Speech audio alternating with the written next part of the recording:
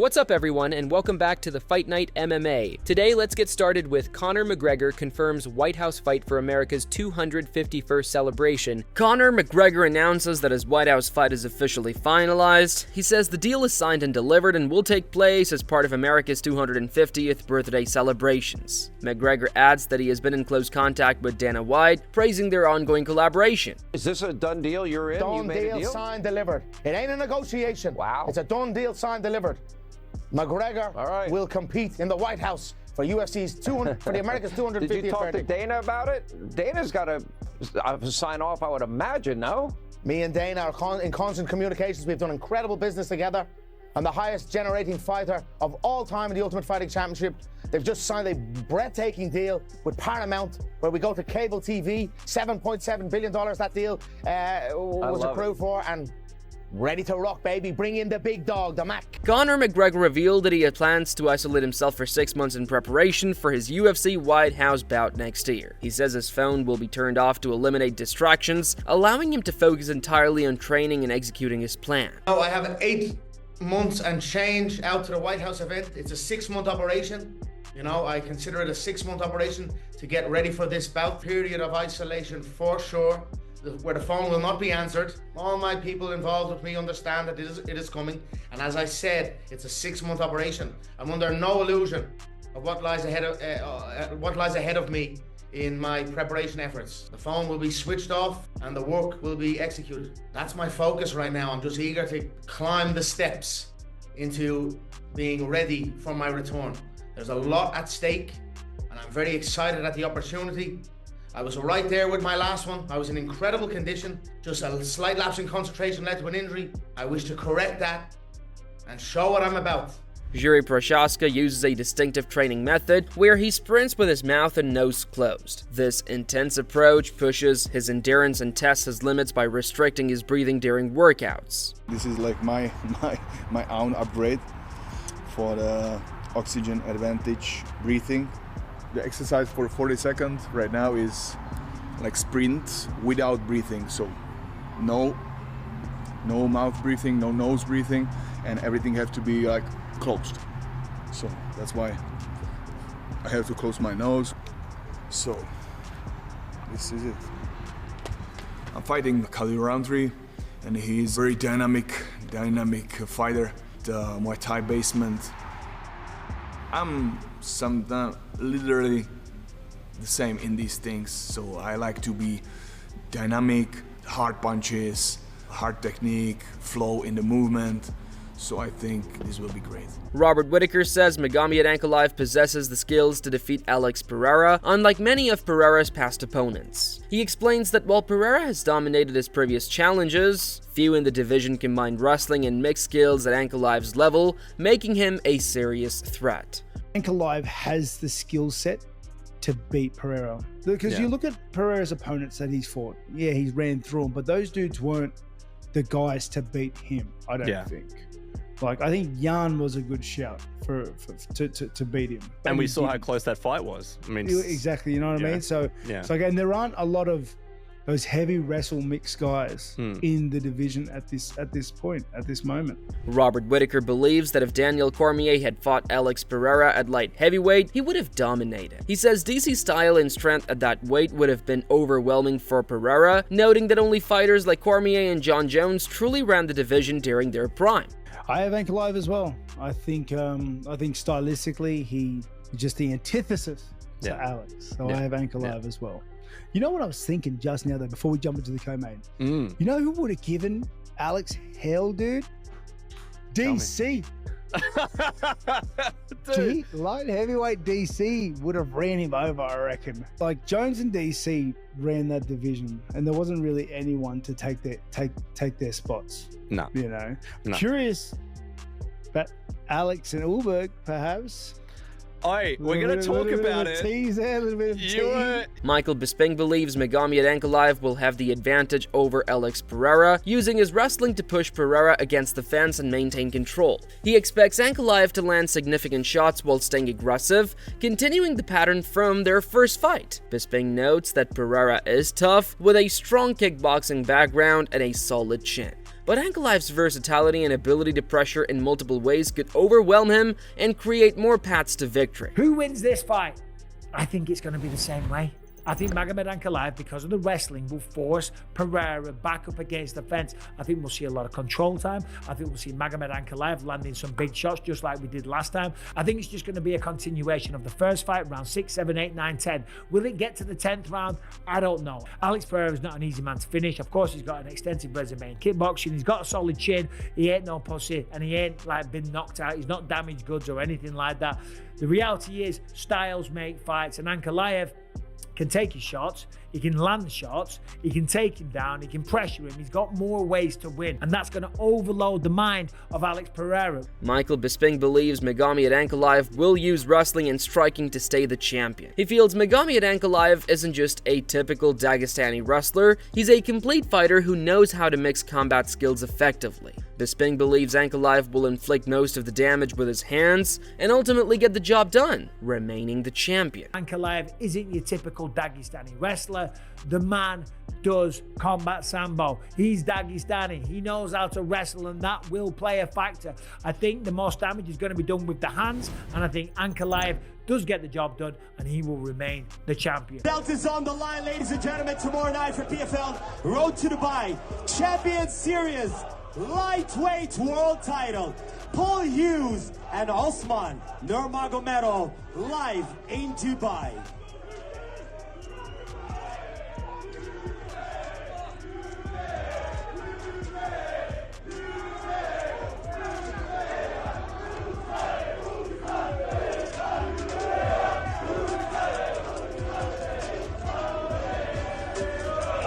Dubai, let's hear it one more time for Osman Nurmagomedov and Paul Hughes. Don't miss it out.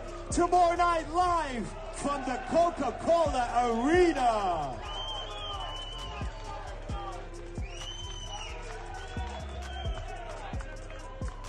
Paul Hughes claims that Usman Nurmagomedov is still underestimating him. He says he can feel it in Nurmagomedov's eyes and energy over the past few weeks, showing that his opponent doesn't fully recognize the threat he poses. And I can see it in his eyes. He has not learned from the first fight. So you just face off with Usman for the second time. I know there's not always much to take away from a face-off, but what did you take away? And what was being said? There can be. There certainly can be. And I can see it in his eyes. And I can see it in his energy the last few weeks. He is still underestimating me. He has not learned from the first fight. He truly hasn't. I feel that. And that is what's going to get him hurt tomorrow night. That's what I said to him. I said, tomorrow night you're getting finished. And that's it. I just can't wait to show him. Dan Hooker says he has no fondness for Arman Tsarukyan and plans to come at him aggressively, even joking about trying to kick his head off. He believes the tension and animosity will make the fight and press events more exciting for fans, noting that Tsarukyan isn't likely to provoke him much with words, but the rivalry is sure to be intense. I could not like him. I'm gonna do the same thing. I'm gonna try and kick his head off. I'm gonna try. It makes no difference to me. It's more exciting for the fans, obviously, with the build-up and the tension and stuff like that. He's a bit of a donkey with his words. He's not going to say anything really interesting, or to say anything to try to piss me off would be very difficult. But yeah, it'll be exciting for the fans, for the press conference, and getting in each other's faces and that, because yeah, I think there's a lot of animosity there. I don't like the way Dan Hooker expresses a strong dislike for Arman Tsarukyan after their fight is confirmed. He says he has no respect for Tsarukyan and can't wait to land an elbow in the fight, showing he's highly motivated for the upcoming matchup. I don't like his face. I don't like that his face is attached to his body, and I would love to separate the two. I don't like the bloke. I don't know anything about him, but I hate everything he stands for. Can't wait to elbow him in the nose. Dan Hooker warns that if Arman Tsarukyan comes within reach, he will strike, which could jeopardize the fight. He says both fighters share intense animosity, and it's up to the UFC to keep them apart to ensure the matchup goes ahead as planned. When it comes to Arman and this fight week, do you think he's gonna stand for what he said he was going to do? Like, if I see Dan, it's on. Or do you believe now that the fight's official and you guys see each other, do you anticipate he's going to be a lot more quieter now? Nah, I don't give a fuck, bro. I don't give a fuck. If he comes in arm's range to me, like, I'm gonna hit him. That's the long and short of it, and the fight's gonna be off. Like, I don't care about that. That's what I'm saying. If you put me near the guy, the fight, and I feel like he feels the exact same way. If you put me near the guy, I'm gonna try and hit him and throw shit at him and piss him off. Magomed Ankalaev revealed that he's focused on reaching his personal goals in the UFC rather than seeking immediate recognition as one of the greatest. He aims to strengthen his legacy at light heavyweight with multiple title defenses before moving up to heavyweight to pursue another championship. Ankalaev believes achieving both milestones would naturally cement his status among the sport's elite, but for now, he remains committed to following his plan and letting his accomplishments speak for themselves. I haven't thought specifically about where do I rank as the greatest, whether people call me one of the greatest or not. Right now, I still have goals that I still have to achieve in the UFC. I want to make sure to cement my legacy here at light heavyweight. I want to defend the belt a couple more times. Then I want to go up to the heavyweight. I want to get the belt from there and then potentially go to my well-deserved rest. So whether or not somebody calls me as one of the greatest or not, this is up to them. This is not something I think about. If you achieve all that, it would have to be a resume of one of the greatest. Do you think heavyweight champion as well, if you defend that belt, that kind of puts you at number one? Я думаю, что если ты добьешься всех этих целей, которые ты сейчас озвучил, то наверняка ты будешь одним из лучших, если не лучшим бойцом в истории. Ну все, планы такие есть, посмотрим. Next, Holloway predicts that Alex Pereira will bring back his signature leg kicks in the fight against Magomed Ankalaev. He thinks Pereira was annoyed in their first encounter for not using them, knowing Ankalaev's suspectability. Holloway expects Pereira to stay on his feet, attack the legs early, and ultimately secure the win to regain the championship. I'm telling you right now, I'm willing to bet right now with anyone, is that we're going to see Alex Pereira's vintage leg kicks in this fight. I guarantee he was pissed at himself for that first fight for not doing it, especially with the information that he had, with the way Magomedov takes leg kicks in one of his older fights. I think Alex goes in there, he's not going to get hold against the cage. I think he's going to stay his distance. I think he's going to get on leg kicks early, and I think Alex get his hands raised, man. I think Pereira is going to be the champion again, and it's going to be fun. No disrespect to Magomed, no disrespect to him. He's a beast. He's an animal. I think he's really good, but I don't think Alex is gonna let him push him against the cage like how he did in the first outing. And I don't think Alex is gonna wait too much. Like, Alex was waiting on him a lot, and that's why Magomedov could go first, and he would start the combination and he would also end it. I think Alex is gonna start.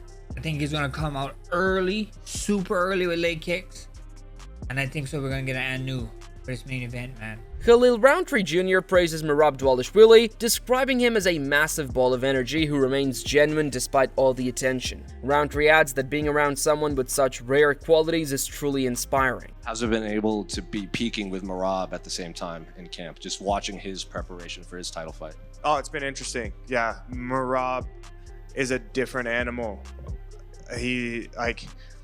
Sometimes I watch Merab and I just really don't understand where the energy comes from. I'm like, I just watched you do 6 rounds yesterday. How the hell are you here doing 6 more the next day and still able to go out and do everything that he does? So, the guy's a massive ball of energy. It's pretty inspiring to be around, honestly, because there's just not many that are like Merab. Renato Moicano says he won't jinx Alex Pereira, but expresses his wish for Potent to reclaim the title for Brazil. He's rooting for Pereira to succeed and bring the championship home. Magomed Ankalaev versus Alex Pereira. Who's winning, bro? Tell me straight up, Gilbert. Who's winning this fight? Chama I know Moicano's picking Shama because otherwise he's not get a phone call. Oh, I beat him up, and he go, brother, he's my friend now. He's my brother now. Who do you think's actually winning though? Like I did a part. He's my brother. Who do you think's winning though? For real. Brother, I'm not gonna tell because if I tell him, he's going to lose. That's what you want. I see what you're saying. If I say well, he's, then pick on Clive then. Yeah, but then no more podcast. It's a lose-lose. I feel you. This guy. You think Shama's... No. I'll be honest. I think I'm gonna bet on Ankalaev, but I think Shama. You cannot bet. Yeah, bet. His wife's gonna bet. Yeah, my wife. Walter Walker's wife gonna bet for me, bro. Jiří Procházka expressed surprise at how difficult it is to catch Ilia Topuria, even though Topuria consistently closes the distance aggressively when launching his attacks. Ilia Topuria, he's tough, very tough. But I like Ilia Topuria, man. Okay. He have a great style. But, yeah.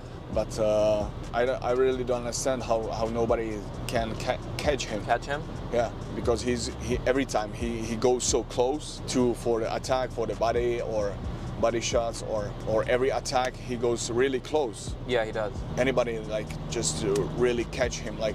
Do you think Charles can catch him? Who do you have in that fight? He will be a little bit shorter than Charles, I think. I think Charles is a lot taller. Yeah. Sure. Like I see more chances for Oliveira. David Feldman admits that matching a UFC PPV is challenging. He says he initially hoped for a sellout but acknowledges it may not happen. Feldman explains that he scheduled his event first and would never intentionally go against a UFC PPV. Despite the competition, selling 11,000 to 12,000 tickets still makes him satisfied. How are ticket sales? Yeah, I think it affected us a little bit. Okay. I mean, I was hoping for a sellout. It doesn't look like we're going to get there, to be honest with you. I think we're going to be in the 11, 12,000 person range, which is very, very respectable going up against a UFC event up here in North Jersey. But, we were hoping to get about 16,000, but we didn't get there. Are you disappointed? I'm not very disappointed. I didn't schedule this to go up against the UFC. Yeah. I scheduled it first and then they came on. I would never have scheduled it against the UFC, especially a pay-per-view event of this magnitude. But to go up against a UFC pay-per-view of this magnitude and still sell 11, 12,000 tickets, I'm happy. First time in the market as well. Historically, you don't usually try to go on UFC days, right? No, definitely not. We'll go against a fight night, but against a numbered event, definitely not. David Feldman also reveals BKFC's valuation and future ambitions, saying the current valuation of BKFC stands at $350 million, but he believes the organization has the potential for a $2 to $3 billion exit. He emphasizes his full commitment, explaining that he has gone all in multiple times and thrives under pressure, turning discomfort into performance. Yeah. Wow. I feel great about it. Can I ask what the price is? What valuation we're doing? Yeah. 350 million. And what did Triller buy it for? 80. Wow, this is great. Yeah. And do you make some of this as well? I don't think we're going to get liquidity in this because I want to keep it in the business. Okay. I think there's an opportunity to have a liquidity event right now, but I don't want to. I want to grow this thing. I love it. I really, truly think it. It's a $2-3 billion exit. Yeah. When it exits, so of course I don't want to. I'm all in. We just talked about it out there, like I'm all in. Yeah, I know. Put everything in. I don't think that's ever been in doubt. 5 different times, and I'm still all in. Right. My comfort zone is being uncomfortable. It is. It truly is. Like I perform under pressure every time, and it always comes through. And that concludes today's video. Let us know your thoughts in the comments, and don't forget to subscribe for the latest updates and upcoming UFC fights.